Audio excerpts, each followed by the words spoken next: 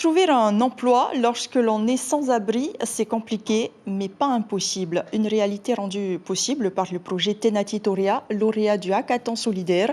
10 entreprises polynésiennes s'engagent à former et à embaucher des sans-abri. Cette belle histoire nous est racontée par Cybèle Plichard et David Chang. Nati Torea. 4 mois après la naissance du projet, les premières entreprises s'engagent. Elles sont une dizaine à promettre l'embauche d'au moins un sans-abri en CDI. Les candidats ne se sont pas fait prier. Mon objectif à moi d'avoir changé de vie et de travailler dur. J'ai une famille aussi, j'ai une femme, j'ai des enfants. Je souhaite de continuer très loin encore devant pour arriver là. Le public sans-abri fait peur, continue à faire peur parce qu'il est méconnu, parce que les gens ne se rendent pas compte. Enfin, je dis les gens, mais moi c'est pareil, avant de commencer à travailler pour Tetoria, en fait, c'est qu'on ne se rend pas compte qu'il y a autant d'histoires que de personnes.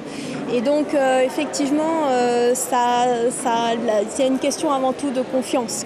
L'une des clés de la réussite, c'est le référent, le Natiref. À la Polynésienne des Eaux, Taponui s'est porté volontaire. L'occasion pour lui d'exprimer les valeurs maohi d'entraide, entre rigueur et bienveillance. Il est prêt à assumer ce rôle. Il va travailler sur nos chantiers en tant qu'agent de réseau pendant 1 an à peu près.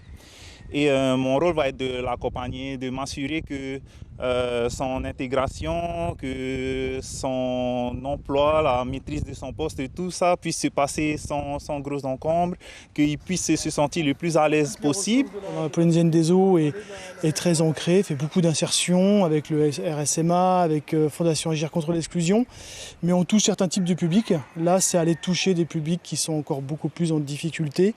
Ça peut arriver à de nombreuses personnes du jour au lendemain de se retrouver à la rue et qu'il ne leur manque pas grand-chose à ces personnes-là, à ces natifs, pour retrouver tout simplement un toit. 12 sans-abri ont déjà été identifiés. Des réseaux de référents et d'entreprises sont en train de naître. Le premier Nati Day a tenu ses promesses.